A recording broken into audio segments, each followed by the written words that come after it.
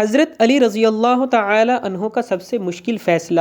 ایک عورت حضرت علی رضی اللہ تعالی عنہ کی خدمت میں حاضر ہوئی جس نے ایک ہی ہفتے میں 3 مردوں سے بار بار ہم بستری کی تھی۔ عورت کو حمل کے بعد بچہ پیدا ہوا۔ اب تینوں مرد بھی حضرت علی کے پاس حاضر ہوئے اور تینوں نے ہی پیدا ہونے والے بچے کے باپ کا ہونے کا دعویٰ کر دیا۔ مشرکین ہنسنے لگے کہ آج علی سے فیصلہ نہ ہو پائے گا۔ بسم اللہ الرحمن الرحیم۔ شیر خدا حضرت سیدنا علی المرتضیٰ رضی اللہ تعالیٰ عنہ کی ذہانت اور انصاف پر مبنی فیصلے پورے عرب میں مشہور تھے، اسی لیے مسلمانوں کے علاوہ دیگر مذاہب کے لوگ بھی اپنے تصفیہ طلب مسائل کے حل کے لیے حضرت علی سے رجوع کیا کرتے تھے۔ آپ اپنے علم و فراست سے جب کوئی فیصلہ سناتے تو لوگ اس فیصلے کو دل سے قبول کر لیتے، کیونکہ آپ ہمیشہ عدل و انصاف کے تقاضوں کے مطابق فیصلے کرتے تھے۔ اس دور میں آپ نے علم ریاضی کے حوالے سے ایسے تاریخی فیصلے کیے کہ بڑے بڑے ریاضی دان ان فیصلوں پر حیرت کا اظہار کرتے ہیں۔ ایک مرتبہ 3 آدمیوں میں 17 اونٹوں کی تقسیم پر جھگڑا ہو گیا۔ وہ انصاف پر مبنی فیصلہ کروانے کے لیے حضرت علی کی خدمت میں حاضر ہوئے اور اپنا مسئلہ بیان کرتے ہوئے کہا کہ ہمارے پاس 17 اونٹ ہیں، جس میں سے ایک کا حصہ کل اونٹوں کا آدھا، جبکہ دوسرے کا تہائی اور تیسرے کا کل اونٹوں کا 9واں حصہ بنتا ہے۔ اگر اونٹوں کو ذبح کر کے تقسیم کیا گیا تو کوئی فائدہ نہیں ہوگا، اس لیے آپ کوئی ایسی تدبیر بتا دیں کہ اونٹ ذبح کیے بغیر ہمارے درمیان تقسیم ہو جائے اور ہمارا آپس کا جھگڑا ختم ہو جائے۔ حضرت علی نے ان تینوں کی بات سننے کے بعد بیت المال سے ایک اونٹ منگوایا اور ان 17 اونٹوں میں شامل کر دیا۔ اب اونٹوں کی کل تعداد 18 ہو گئی تھی۔ آپ نے بتائے گئے حصوں کے مطابق اونٹوں کی تقسیم شروع کر دی۔ آپ نے پہلے شخص جس کا حصہ تمام اونٹوں میں آدھا تھا اسے 18 اونٹوں کے آدھے اونٹ یعنی کہ 9 اونٹ دے دیے۔ اس کے بعد آپ نے دوسرے شخص جس کا حصہ تہائی بنتا تھا اسے 18 اونٹوں کا تہائی یعنی کہ 6 اونٹ دے دیے، اور پھر آخر میں آپ نے تیسرے شخص جس کا حصہ کل اونٹوں میں سے 9واں بنتا تھا اسے 18 اونٹوں کا 9واں حصہ یعنی کہ 2 اونٹ دے دیے۔ اس طرح آپ اپنی ذہانت اور دانش مندی سے تینوں آدمیوں میں بالترتیب پہلے کو 9، دوسرے کو 6 اور تیسرے کو 2 اونٹ جن کا کل 17 بنتا تھا بغیر کاٹے تقسیم کر دیے، جبکہ ایک اونٹ جو بیت المال سے منگوایا گیا تھا اسے واپس بیت المال بھجوا دیا گیا۔ خلفائے راشدین۔ حضرت علی رضی اللہ تعالیٰ عنہ کے عدل و انصاف کا ایک اور دلچسپ واقعہ بہت مشہور ہے۔ 2 شخص سفر پر نکلے ہوئے تھے، کھانا کھانے کے لیے کسی جگہ پر اکٹھے بیٹھ گئے۔ ایک کے پاس 5 روٹیاں اور دوسرے کے پاس 3 روٹیاں تھیں۔ اسی دوران وہاں سے ایک تیسرے شخص کا گزر ہوا۔ دونوں نے اس تیسرے شخص کو اپنے ساتھ بٹھا لیا اور مل کر روٹیاں کھانے لگے۔ کھانے کے بعد تیسرا شخص وہاں سے جاتے ہوئے دونوں کی روٹی کو قیمت کے طور پر 8 درہم سے دے گیا۔ اب ان دونوں میں 8 درہم کی تقسیم پر جھگڑا شروع ہو گیا۔ جس کے پاس 5 روٹیاں تھیں اس کا کہنا تھا کہ روٹی کے حساب سے اس کے پاس 5 درہم اور دوسرے کے 3 درہم بنتے ہیں، جبکہ دوسرا جس کے پاس 3 روٹیاں تھیں وہ 8 درہم برابر تقسیم کرنے پر بضد تھا۔ آخرکار دونوں یہ معاملہ لے کر حضرت علی کی خدمت میں حاضر۔ اپنے ساری بات سننے کے بعد 3 روٹی رکھنے والے شخص سے فرمایا، تمہارا ساتھی جو تمہیں دے رہا ہے اسے قبول کر لو، کیونکہ انصاف کے مطابق تمہارے حصے میں صرف 1 درہم آتا ہے۔ یہ سن کر وہ شخص حیران ہو گیا اور عرض کیا، آپ رضی اللہ تعالیٰ عنہ مجھے سمجھا دیں کہ کیسے میرا حق صرف 1 درہم بنتا ہے۔ آپ نے فرمایا کہ روٹیوں کی کل تعداد 8 تھی اور کھانے والے تم 3 آدمی تھے۔ اگر ایک روٹی کے 3 ٹکڑے کیے جائیں تو 8 روٹیوں کے کل 24 ٹکڑے بنتے ہیں، جو تینوں میں برابر تقسیم کریں تو ہر ایک کے حصے میں 8 روٹی کے ٹکڑے آتے ہیں۔ تم نے اپنی 3 روٹیوں کے 9 ٹکڑوں میں سے 8 ٹکڑے کھا لیے اور باقی 1 ٹکڑا بچا، جبکہ تمہارے ساتھی نے اپنی 5 روٹیوں کے 15 ٹکڑوں میں سے 8 ٹکڑے کھائے تو باقی 7 ٹکڑے بچے۔ اس طرح تیسرے شخص نے تمہاری روٹیوں میں سے 1 ٹکڑا کھایا اور تمہارے ساتھی کی روٹیوں میں سے 7 ٹکڑے کھائے، لہذا انصاف کے مطابق تمہارا 1 درہم اور تمہارے ساتھی کے 7 درہم بنتے ہیں۔ اس منصفانہ تقسیم پر دونوں متفق ہو گئے اور 5 روٹی والے نے 7 درہم اور 3 روٹی والے نے 1 درہم لے لیا۔ آپ کے بارے میں عام روایت ہے کہ آپ نے 13 سال کی عمر میں اسلام قبول کیا۔ حضرت علی رضی اللہ تعالیٰ عنہ کی امتیازی صفات اور خدمات کی بنا پر رسول کریم صلی اللہ علیہ وسلم ان کی بہت عزت کرتے تھے اور اپنے قول اور فعل سے ان کی خوبیوں کو ظاہر کرتے رہتے تھے۔ ناظرین، حضرت علی رضی اللہ تعالیٰ عنہ کی شہادت کیسے ہوئی اور ان کا قاتل کون تھا؟ ایک مسلمان جو کلمہ پڑھتا تھا لیکن اس کے دل میں چوتھے خلیفہ کے لیے بغض بھرا ہوا تھا۔ حضرت علی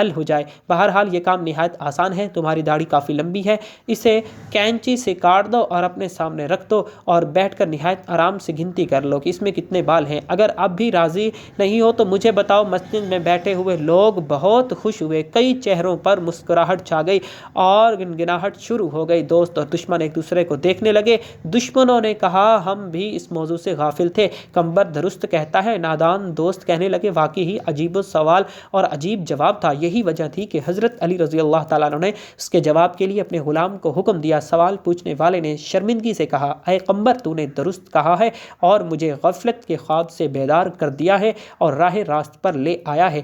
اب میں اپنی داڑھی کے بالوں کی گنتی معلوم نہیں کرنا چاہتا۔ پہلے تو میں بھی خوش تھا کہ عجیب سوال پوچھ رہا ہوں، لیکن اب سمجھ گیا ہوں کہ کوئی عجیب اور بے حاصل مسئلہ پوچھنا ہنرمندی نہیں ہے۔ میں شیطانی وسوسوں سے اللہ تعالیٰ کی پناہ مانگتا ہوں۔ اس کے علاوہ اس امر سے زیادہ خوش ہوں کہ اگرچہ سوال بیہودہ تھا لیکن جواب دینے والا بھی عقل مند تھا۔ ابن سعد میں ہے کہ ایک موقع پر خود حضرت مولا علی رضی اللہ تعالیٰ عنہ نے اس کا اظہار فرمایا کہ میں ہر آیت کے متعلق بتا سکتا ہوں کہ یہ کہاں اور کیوں اور کس کے حق میں نازل ہوئی، اور صحابہ میں حضرت ابن عباس کے سوا استعمال میں آپ کا کوئی شریک نہیں۔ چنانچہ ان تمام تفسیروں میں فن کا مدار روایتوں پر ہے۔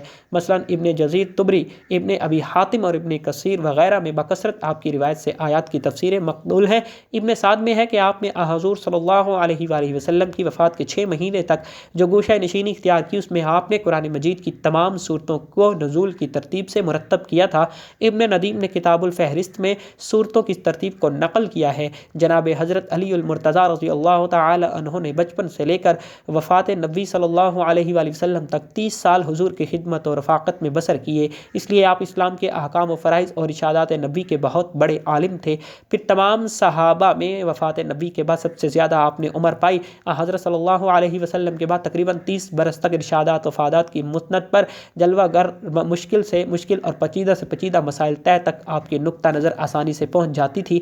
یمن میں آپ نے 2 عجیب و غریب مقدمات کا فیصلہ کیا۔ یمن نیا نیا مسلمان ہوا تھا، پرانی باتیں بھی تازہ تھیں۔ ایک دفعہ ایک عورت نومولود بچے کو لے کر ہمراہ 3 مردوں کے حضرت مولا علی کی بارگاہ میں پیش ہوئی۔ ان تینوں مردوں کا یہ دعویٰ تھا کہ عورت کے ہاتھ میں جو بچہ ہے وہ میرا ہے۔ حضرت مولا علی رضی اللہ تعالی عنہ نے اس عورت سے فرمایا کہ کیا تم بتا سکتی ہو کہ یہ بچہ کس کا ہے؟ اس عورت نے کہا یا علی، میں کس طرح بتا سکتی ہوں، میں یہ اقرار نہیں کر سکتی، میں نے ان تینوں مردوں کے ساتھ ہم بستری کی ہے، مجھے نہیں پتا کہ یہ کس کا حمل ٹھہرا تھا، یہ بچہ کس مرد کا ہے۔ میں آپ سے عرض کرتی ہوں کہ آپ میری اس غلطی کو معاف کر دیں۔ پاس بیٹھے سب لوگ سکتے میں آ گئے اور کہنے لگے کہ آج تو علی رضی اللہ تعالیٰ عنہ بھی فیصلہ نہ کر پائیں گے۔ پھر حضرت علی رضی اللہ تعالیٰ عنہ نے پوچھا تم تینوں میں سے اس عورت کا شوہر کون ہے؟ ان تینوں مردوں میں سے ایک مرد نے ہاتھ کھڑا کیا تو آپ رضی اللہ تعالیٰ عنہ نے فرمایا کہ کیا تم حلفاً کہہ سکتے ہو کہ یہ بچہ تمہارے نطفے سے ہے؟ شوہر نے حضرت علی رضی اللہ تعالیٰ عنہ سے عرض کیا نہیں حضور، میں اپنی بیوی کی بدکاری دیکھ کر کبھی بھی یقین سے نہیں کہہ سکتا کہ یہ بچہ میرا ہے یا پھر کسی اور کا ہے۔ وہاں بہت سے لوگ بیٹھے ہوئے تھے اور وہ اس بات کو سوچ رہے تھے کہ یہ بہت ہی پیچیدہ مسئلہ ہے، اس کا حل کس طرح سے ہوگا۔ وہاں مشرکین بھی بے شمار جمع ہوئے تھے۔ مشرکین کہنے لگے کہ آج حضرت علی رضی اللہ تعالیٰ عنہ کوئی فیصلہ نہیں کر پائیں گے۔ حضرت علی رضی اللہ تعالیٰ عنہ کچھ دیر تک چپ رہے۔ اس کے بعد حضرت علی نے قرعہ ڈالا اور فرمایا کہ اب میں قرعہ ڈالتا ہوں، جس کے نام پر قرعہ نکلے گا بچہ اس کا ہوگا۔ حضرت علی رضی اللہ تعالیٰ عنہ نے 3 ٹکڑے کاغذ کے کیے اور تینوں پر ایک مرد کا نام لکھ دیا، پھر اس کو چھپا کر سامنے کیا گیا۔ ایسا کئی بار کیا گیا، جب بھی قرعہ نکلتا تو ایک ہی مرد کا نام نکلتا۔ اس مرد کو اس لڑکے کا باپ تصور کیا گیا، لڑکے کو غلام سمجھ کر اس کی قیمت لگائی گئی اور قیمت کے 3 حصے کیے گئے۔ جس کے حصے میں قرعہ نکلا تھا اس شخص سے اس قیمت کے 2 حصے وصول کر کے باقی دونوں مردوں کو دے دیے گئے۔ جب یہ بات حضرت محمد مصطفیٰ صلی اللہ علیہ وآلہ وسلم تک پہنچی تو حضرت محمد صلی اللہ علیہ وسلم نے بھی فرمایا کہ اگر یہ مسئلہ میرے پاس آتا تو میں بھی اس مسئلے کا حل اسی طرح کرتا جس طرح کے حضرت علی رضی اللہ تعالی عنہ نے کیا ہے۔ اللہ تعالی ہمیں دین کی مکمل سمجھ نصیب فرمائے اور ہمیں نیکوکاروں میں شامل کرے، آمین ثم آمین۔ ناظرین، کمنٹ باکس میں اللہ اور اللہ کے رسول صلی اللہ علیہ وسلم کے 99 ناموں میں سے کوئی ایک نام ضرور ٹائپ کیجیے گا۔ زندگی رہی تو انشاءاللہ آپ لوگوں سے نیکسٹ ویڈیو میں ضرور ملاقات ہوگی، تب تک کے لیے اللہ حافظ۔